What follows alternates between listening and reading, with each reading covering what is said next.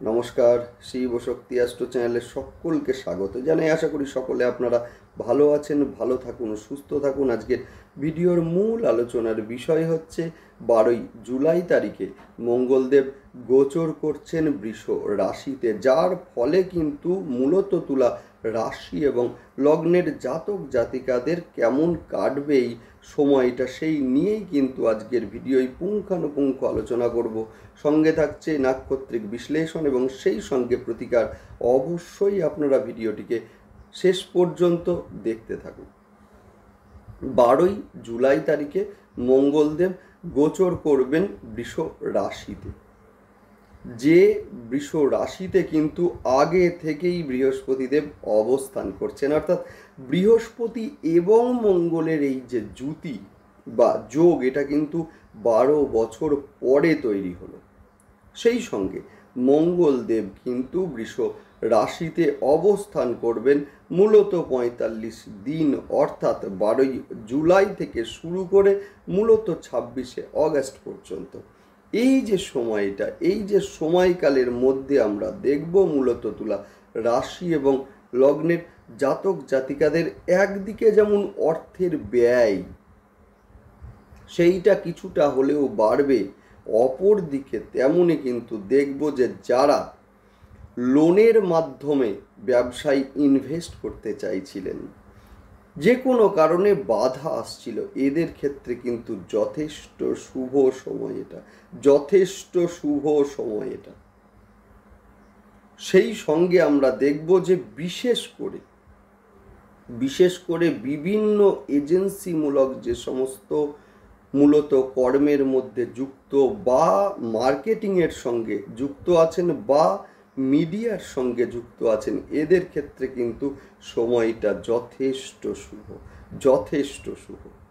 সেই সঙ্গে আমরা বলবো যে মূলত এই সময়ে কিন্তু স্বামী বা স্ত্রীর শারীরিক অসুস্থতা নিয়ে কিছুটা দুশ্চিন্তা, সেটা কিন্তু যেমনভাবে বৃদ্ধি পেতে চলেছে, একইভাবে আমরা দেখব যে মূলত পুরাতন বেশ কিছু সমস্যার সমাধান হতে।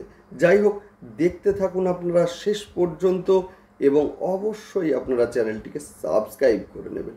দেখুন, গ্রহের গোচর সেটা স্বল্প সময়ের জন্যই হোক বা দীর্ঘ সময়ের জন্যই হোক, গ্রহের গোচরের একটা ইম্প্যাক্ট কিন্তু আমাদের জীবনে ভীষণভাবে পড়ে। যে কোনো সিদ্ধান্ত নেওয়ার ক্ষেত্রে কিন্তু গ্রহের গোচর এটা কিন্তু বিশ্লেষণ করা ভীষণ ভীষণ জরুরি। না হলে কিন্তু আমাদের সিদ্ধান্তে ভুল হওয়ার একটা সম্ভাবনা সেটা কিন্তু থেকেই যায়। সেই কারণে যে কোনো সিদ্ধান্ত নেওয়ার পূর্বে গ্রহের গোচর বিশ্লেষণ অবশ্যই করতে হবে। না হলে কিন্তু অনেকে যে বলেন যে আমাদের সমস্যা হচ্ছে, প্রবলেম হচ্ছে, এই যে সমস্যাগুলো থেকে বেরোতে গেলে কিন্তু গ্রহের গোচর দেখে আমাদের ডিসিশানগুলোকে নিতে হবে, তাহলে কিন্তু সমস্যা হবে না, আমাদের 100% হবে না। গ্রহের গোচর কি বলছে, কোন কোন কাজ আপনাদের করতে বলছে, সেই অনুযায়ী আমাদের সিদ্ধান্তগুলোকে পরস্পর সাজাতে হয়। অবশ্যই আপনারা চ্যানেলটিকে সাবস্ক্রাইব করে নেবেন, যাতে গ্রহের গোচরের সঙ্গে সঙ্গে প্রতিটা ভিডিওর নোটিফিকেশন আপনাদের কাছে খুব সহজে পৌঁছে যায়। যাই হোক, শুরু করছি মূল আলোচনা। মঙ্গলদেব বৃষ রাশিতে 12 তারিখে প্রবেশ করছেন, অর্থাৎ 12ই জুলাই তারিখে, এবং সেই সঙ্গে বৃষ রাশিতে প্রবেশ করে মূলত কৃত্তিকা, রোহিণী এবং মৃগশীর্ষা নক্ষত্রের ওপর দিয়ে গোচর করবেন। অর্থাৎ কখন কি ফল হবে পুঙ্খানুপুঙ্খভাবে আলোচনা করছি, মিলিয়ে নিন, আপনারা দেখতে থাকুন। এবং সেই সঙ্গে মূলত যাদের জন্মছকে মঙ্গলদেব এবং বৃহস্পতিদেব বকরি আছেন বা শত্রু গৃহগত আছেন, এদের ক্ষেত্রে বলবো সমস্যা কিছুটা বাড়বে। সুতরাং অবশ্যই কিন্তু প্রতিকার আলোচনা করব, ভিডিওটিকে শেষ পর্যন্ত দেখতে থাকুন। আগামী 12 তারিখ অর্থাৎ 12ই জুলাই তারিখে মঙ্গলদেব গোচর করবেন কিন্তু বৃষ রাশিতে বৃহস্পতি দেবের সঙ্গে জুতি তৈরি হচ্ছে মঙ্গল দেবের 12 বছর পরে। মঙ্গলদেব কিন্তু আপনাদের দ্বিতীয় স্থান এবং সপ্তম স্থানের অধিপতি, অর্থাৎ মঙ্গলদেব বৃষ রাশিতে গোচর করে দৃষ্টি দেবেন কিন্তু আপনাদের দ্বিতীয় স্থানে, অর্থাৎ বৃশ্চিকের ঘরে। এখন বিষয় হচ্ছে, অনেক অ্যাস্ট্রোলজার বলবেন অষ্টম থেকে দৃষ্টি পড়ছে, মঙ্গলের দৃষ্টি, অর্থের ব্যয় হবে, এই হবে সেই হবে, অনেক কিছু। বিষয়টা সেটা নয়। বিষয়টা হচ্ছে যে ঘরে দৃষ্টি দিচ্ছেন সেটা হচ্ছে বৃশ্চিকের ঘর, অর্থাৎ মঙ্গলের নিজস্ব ঘর। নিজের ঘরে কেউ কিন্তু ক্ষতি করে না, এই কথাটা মাথায় রাখতে হবে। সুতরাং মঙ্গলদেব বৃষ রাশিতে গোচর করে দৃষ্টি দেবেন কিন্তু বৃশ্চিক রাশির ঘরে, যে ঘর কিন্তু মঙ্গলদেবের নিজস্ব ঘর। এবং সেই সঙ্গে আমরা বলবো যে বৃহস্পতি দেব আপনাদের ষষ্ঠ স্থানের অধিপতি। ষষ্ঠ স্থান হচ্ছে ঋণ, অর্থাৎ লোনের মাধ্যমে, যেহেতু মঙ্গলদেব সপ্তম স্থানের অধিপতি, দৃষ্টি দিচ্ছেন দ্বিতীয় স্থানে, অর্থাৎ লোনের মাধ্যমে, ঋণের মাধ্যমে যারা ভাবছেন যে ব্যবসায় ইনভেস্ট করবেন, এদের ক্ষেত্রে ভীষণ ভালো সময়, এটা ভীষণ ভালো সময়, এবং ব্যবসার শ্রীবৃদ্ধি হবেই হবে। যদি জন্মচক পারমিট করে অবশ্যই 100% ভালো হবে।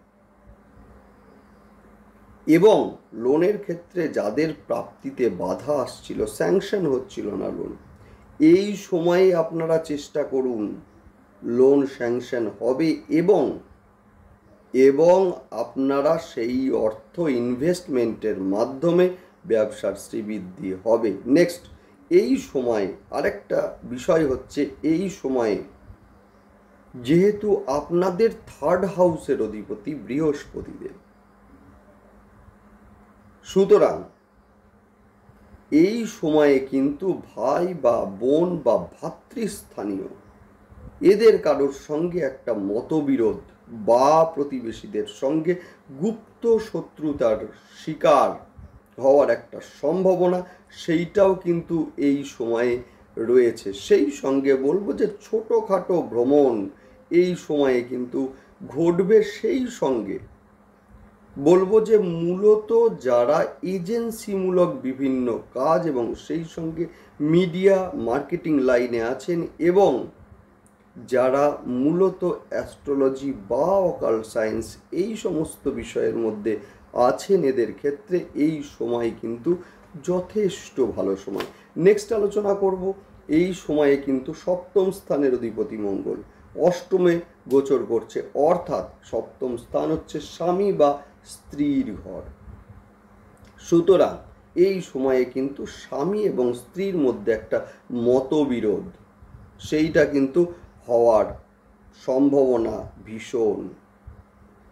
সেই সঙ্গে আমরা বলবো যে স্বামী এবং স্ত্রীর মধ্যে তৃতীয় কোনো ব্যক্তির আগমন, সেইটাও কিন্তু এই সময়ে লক্ষণীয়। সেই সঙ্গে বলবো স্বামী বা স্ত্রীর শারীরিক অসুস্থতা বা পরিবারের কারোর শারীরিক অসুস্থতা এবং সেই কারণে কিছুটা অর্থের ব্যয়, সেটা কিন্তু এই সময়ে লক্ষ্য করা যাচ্ছে। মঙ্গলদেব বৃষ রাশিতে গোচর করে শুরুতে কিন্তু কৃত্তিকা নক্ষত্র এবং তারপরে রোহিণী এবং তারপরে মৃগশীর্ষা নক্ষত্রের ওপর দিয়ে গোচর করবেন। সুতরাং মঙ্গলদেব যখন কৃত্তিকা নক্ষত্রের ওপর দিয়ে গোচর করবেন তখন কিন্তু আয় বৃদ্ধি পাবে, ব্যবসার কারণে আয় বৃদ্ধি পাবে, এবং সেই সঙ্গে স্বামী বা স্ত্রীর আর্থিক উপার্জন সেটা কিন্তু বৃদ্ধি পাবে দেখবেন, এবং সেই সঙ্গে কিন্তু অর্থের ব্যয় সেইটাও কিন্তু লক্ষ্য করা যাবে। সুতরাং আয় এবং ব্যয়ের মধ্যে একটা ব্যালেন্স, সেটা কিন্তু আপনাদের রক্ষা করতেই হবে এই সময়ে।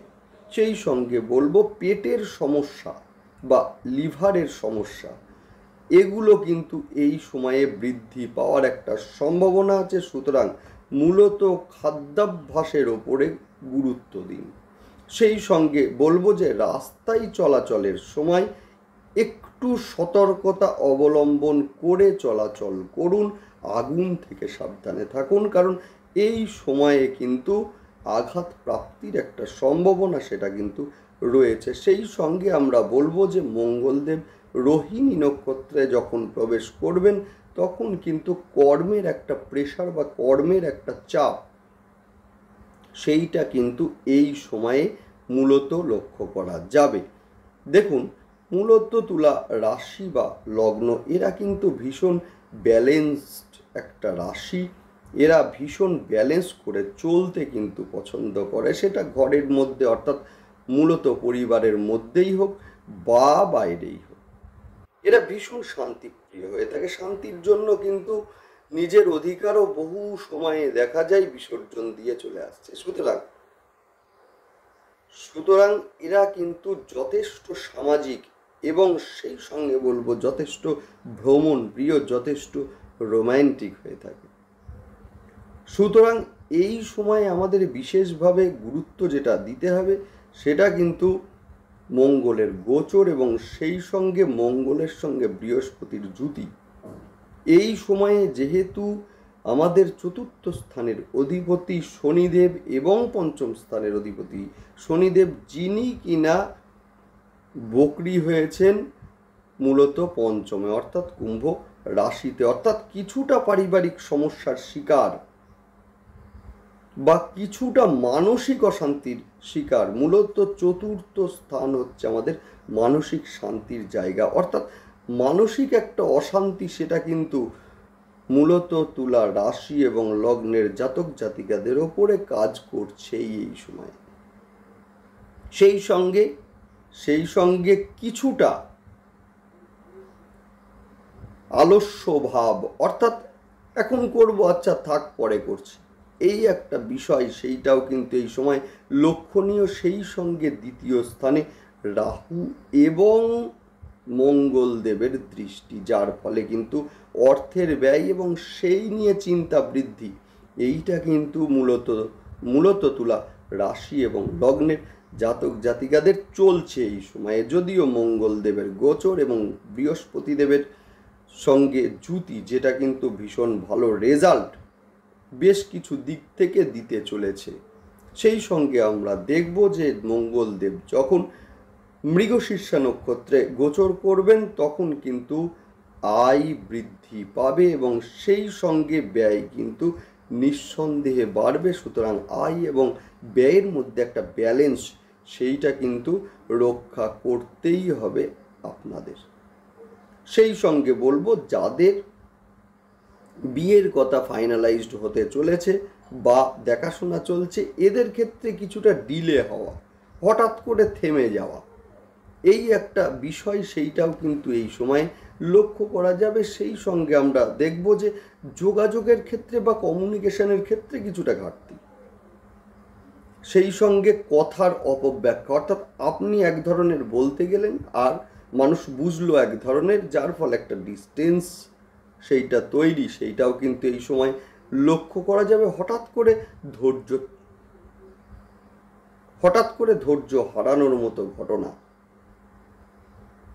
বা হঠাৎ করে রেগে যাওয়ার মতো ঘটনা সেইটাও কিন্তু এই সময় লক্ষ্য করা যাবে। সুতরাং এবার আলোচনা করছি প্রতিকার নিয়ে, অর্থাৎ যাদের জন্মছকে মঙ্গলদেব এবং বৃহস্পতিদেব বকরি আছেন, নিচস্থ আছেন বা শত্রু গৃহগত আছেন, অবশ্যই বলবো বৃহস্পতিদেবের জন্য বৃহস্পতিবার করে স্নানের জলে কাঁচা হলুদ দিয়ে স্নান করুন, দুর্দান্ত ভালো রেজাল্ট আপনারা পাবেন। সেই সঙ্গে তারা গায়ত্রী 108 বার পাঠ করুন, করেই দেখুন না, দারুণ রেজাল্ট পাবেন। এবং সেই সঙ্গে বলবো মঙ্গলদেবের জন্য মা বগলামুখীর ধ্যান মন্ত্র আপনারা পাঠ অবশ্যই করুন এবং সেই সঙ্গে মা বগলার যদি কোনো ছবি বা মূর্তি থাকে হলুদ ফুল অর্পণ করুন, দুর্দান্ত ভালো রেজাল্ট পাবেন। মঙ্গলবারের দিন হনুমান চল্লিশা পাঠ, দুর্দান্ত রেজাল্ট আপনারা পাবেন। যাই হোক, ভালো থাকুন, দেখতে থাকুন এবং সেই সঙ্গে অবশ্যই আপনারা চ্যানেলটিকে সাবস্ক্রাইব করে নেবেন। নমস্কার।